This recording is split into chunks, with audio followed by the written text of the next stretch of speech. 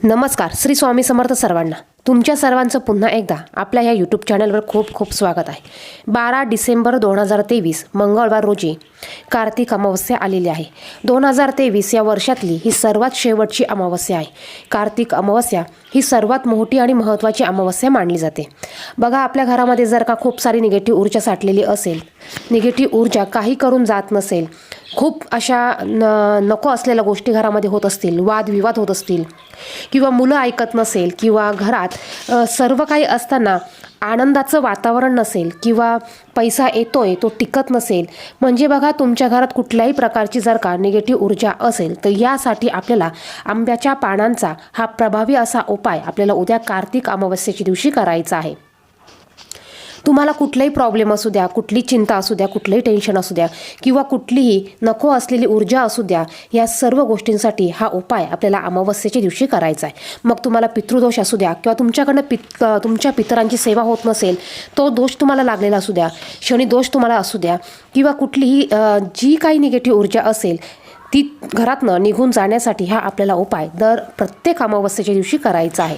कार्तिक महिन्यात त्याचप्रमाणे कार्तिक अमावस्येला तीर्थस्नान करणे अत्यंत फलदायी मानले जाते. या महिन्यात तीर्थस्नान करणाऱ्यांच्या जीवनात सुख समृद्धी प्राप्त होते आणि सर्व अडथळ्यांपासून मुक्ती मिळते.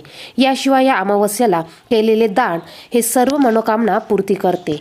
याचबरोबर आपल्याला उद्याच्या कार्तिक अमावस्येच्या दिवशी आपल्याला आंब्याच्या पानांचा देखील हा प्रभावी असा उपाय करायचा आहे.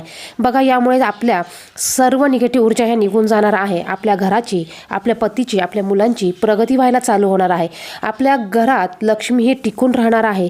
यासाठी हा उपाय आपल्याला उद्याच्या कार्तिक अमावस्येला करायचे आहे. बघा, आंब्याच्या पानांना आपल्या हिंदू धर्मामध्ये अधिक विशेष असे महत्त्व आहे.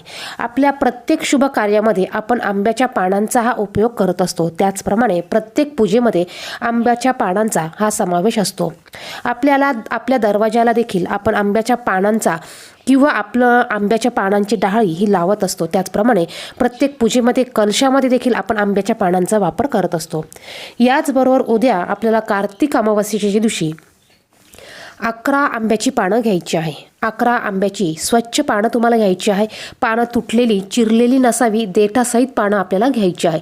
पानं घेतल्यानंतर ती स्वच्छ करून घ्यायची. त्याच्यावर धूळ माती असेल तर ती आपल्याला साफ करून घ्यायची आहे.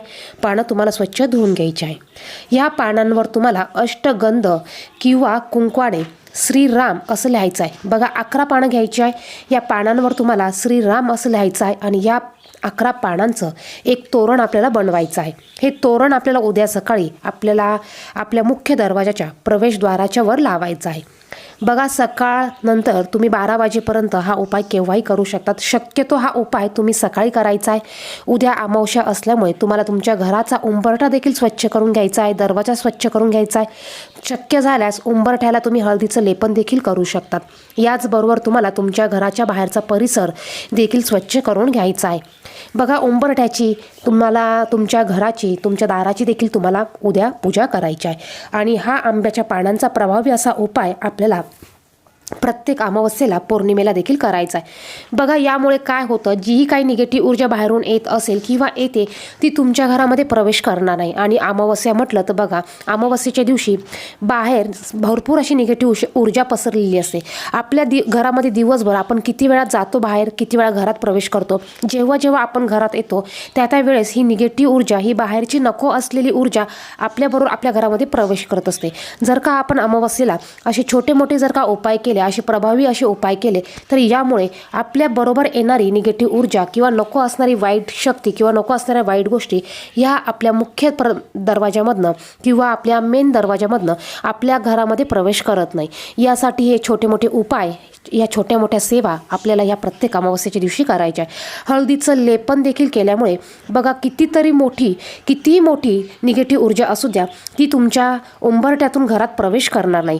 यासाठी तुम्हाला अमावस्येला हळदीचं लेपन देखील करायचं आहे. हळदीचं लेपन कसं करायचं, तर बघा, तुम्हाला 1 ते 2 चमचे हळद घ्यायची आहे. एका वाटीमध्ये हळद घ्या, त्यामध्ये थोडंसं गंगाजल टाका किंवा थोडंसं गोमतीर टाका. त्यामध्ये अष्टगंध असेल तर अष्टगंध टाका आणि नॉर्मल पाणी, हे सर्व मिश्रण तुम्हाला एकत्र करायचं आहे, याची तुम्हाला पेस्ट करायची आहे बघा, थिक पेस्ट करायची आहे आणि ही पेस्ट तुम्हाला तुमच्या मुख्य उंबरठ्यावर लावायची आहे बघा. यालाच आपण हळदीचं लेपन म्हणतो. हळदीचं लेपन ही माता लक्ष्मीला आकर्षित करण्याचं काम करत असतं.